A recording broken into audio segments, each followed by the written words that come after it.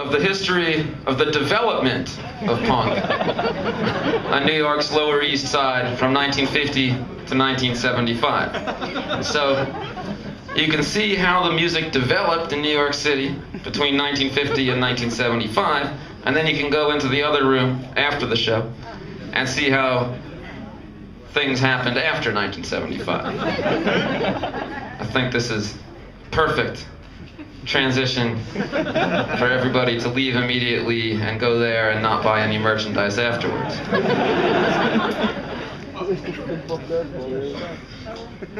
So,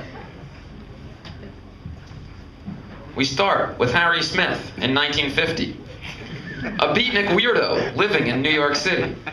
His huge collections were insane of Easter eggs and paper airplanes, and rare records. He had about 1,060,000. To change America through music was his hope, and to make some money because he was broke, he compiled a triple-decker collection of songs from his records, released as the Smithsonian Anthology of American Folk. On a Monday morning, just about 9 o'clock, the great ship Titanic began to reel and rock. Husbands and wives and all children lost their lives. Wasn't it sad when that great ship went down?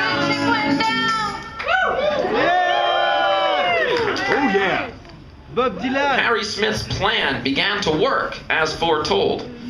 This weird music began to take hold. It sparked an interest in these forms of life underground from the norms, and soon millions of folk records were being sold. By the early 60s, people like Dylan, Joan Baez, Phil Oakes were inspired by the old folks. Then, one strange folk band of downtowners, called the Holy Modal Rounders, began to make it more anarchistic with weird voices and drug jokes. Mom's out there switching in the kitchen, and Dad's in the living room browsing and bitching. I'm out here kicking the gong for euphoria, euphoria. When your mind starts reeling and rocking, your inside voice starts feeling and squawking. Floating around on a belt on a cloud singing euphoria. So that was 1964. Then, in 1965, Lou Reed and John Cale in a Ludlow Street dive had a similar musical spin, also with acoustic guitar and violin, with even more New York street drug jive. Hey, white boy, what you doing uptown? Hey, white boy, you chasing our women around? Pardon me, sir, not to give you further from my mind. I'm just waiting for a dear, dear friend of mine. I'm waiting for the man. A bit earlier in 65, the Holy Modal Rounders met some other thugs on East 10th Street who called themselves the Fugs. The Fugs were recorded by that same Harry Smith, playing the punkiest songs yet to exist. Lo-fi, noisy stuff about poetry, sex, and drugs. I don't have a bedtime, I don't need to come, for I have become an amphetamine bum. If you don't like sleeping and don't want to screw, then you should take lots of amphetamine too.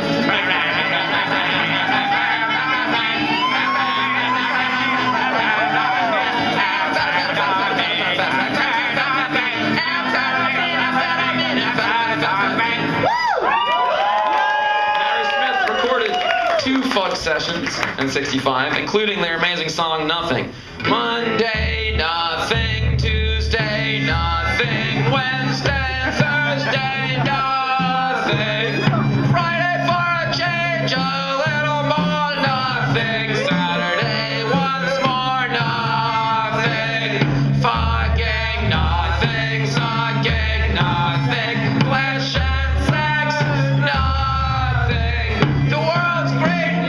Are a great set of nothing. Social anthropology. Oh, nothing, nothing, nothing, nothing, nothing, nothing, nothing, nothing. Not a goddamn thing. The Fugs were real poets with real topics to speak out. And through the new underground scene, this weird music could leak out, beginning the punk idea that anybody could do it without needing much musical ability to it, and this new crazy music was soon labeled Freak Out. In 1966, the Fugs signed to New York label ESP. The same label put out a band called The Gods, spelled with a Z. The Gods accomplished the feat of making even the Fugs music sound sweet, with the least musical folk punk racket in history.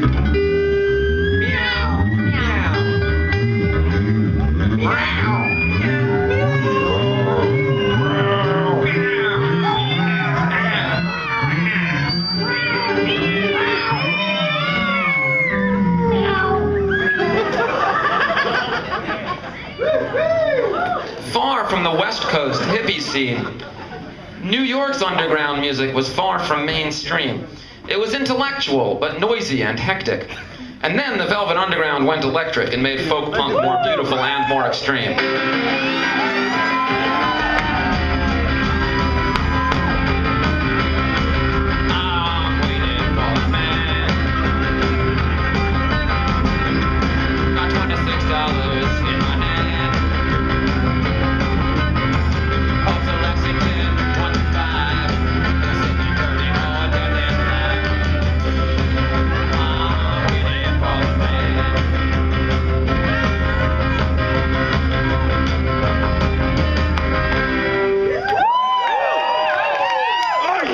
Could stop New York's strange folk punk tide. In 1968 came David Peel and the Lower East Side.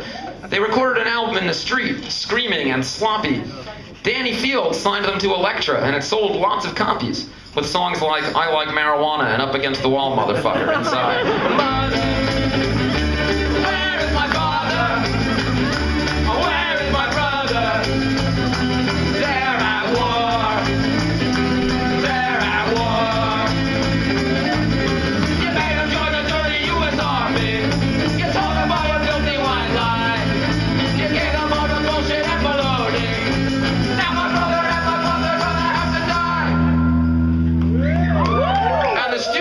Were a freak-out band in Detroit, but folks ignored them until Danny Fields brought them to New York and had John Cale from the Velvets record them.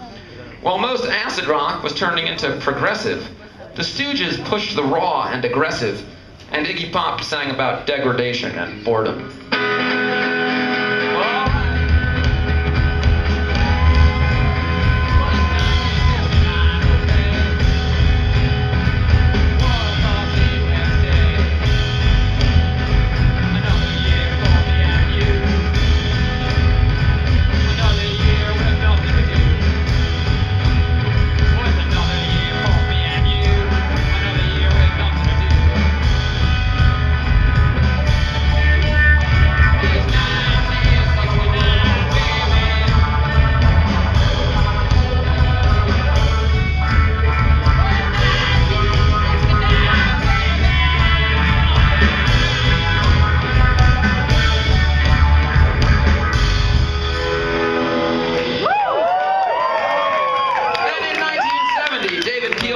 Album came with some amazing songs and some a little bit lame.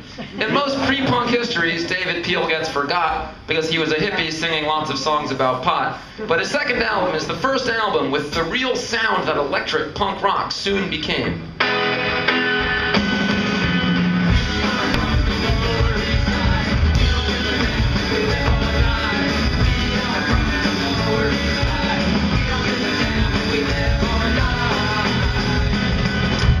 And even though this was a few years before it was something The Clash would later do, there was a song on this album that mixed punk with reggae, the amazing song I Want to Kill You. 1, 2, 3, 4.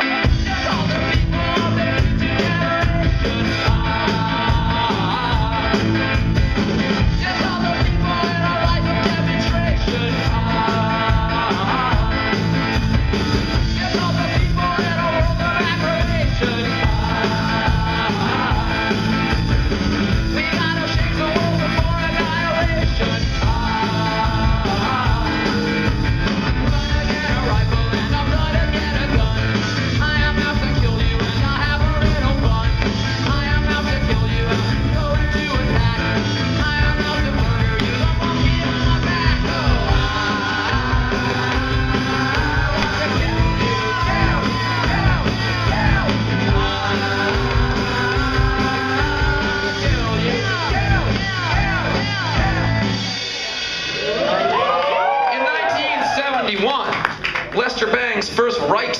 word punk to describe 60s enthusiastic teenage rock junk. In 1972, New Yorker Lenny Kaye puts out the 60s garage rock compilation Nuggets and coins the phrase punk rock in the liner notes of it, although punk rock would soon come to mean something different from what Lester and Lenny thunk.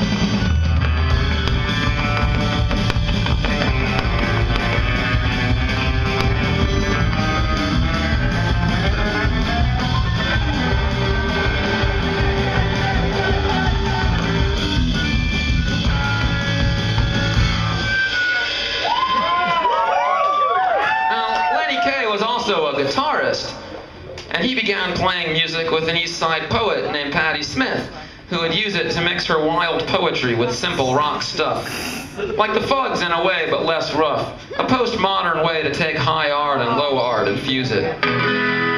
Jesus died for somebody's sins, but not mine.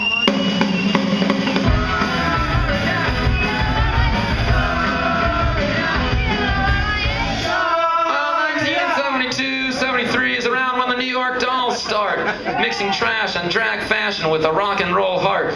The Johnny Thunders' David Johansen sound mixed the old style simple rock with the new New York underground and sort of defined the moment when stupid on purpose became the new smart.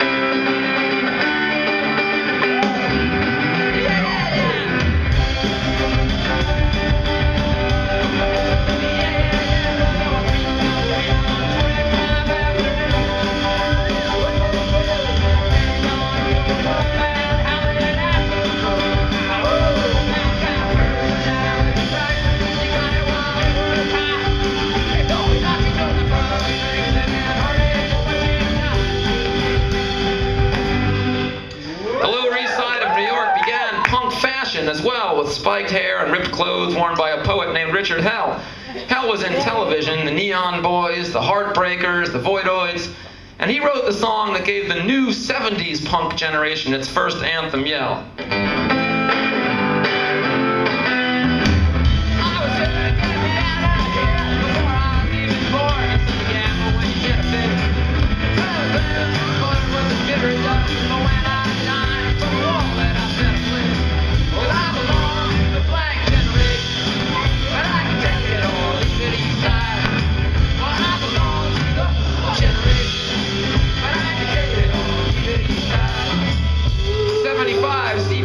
Started having punk shows with television, Patti Smith and the Ramones. 76 punk fans began, then it all moved to England. England stole the credit, and that's how it goes. The end.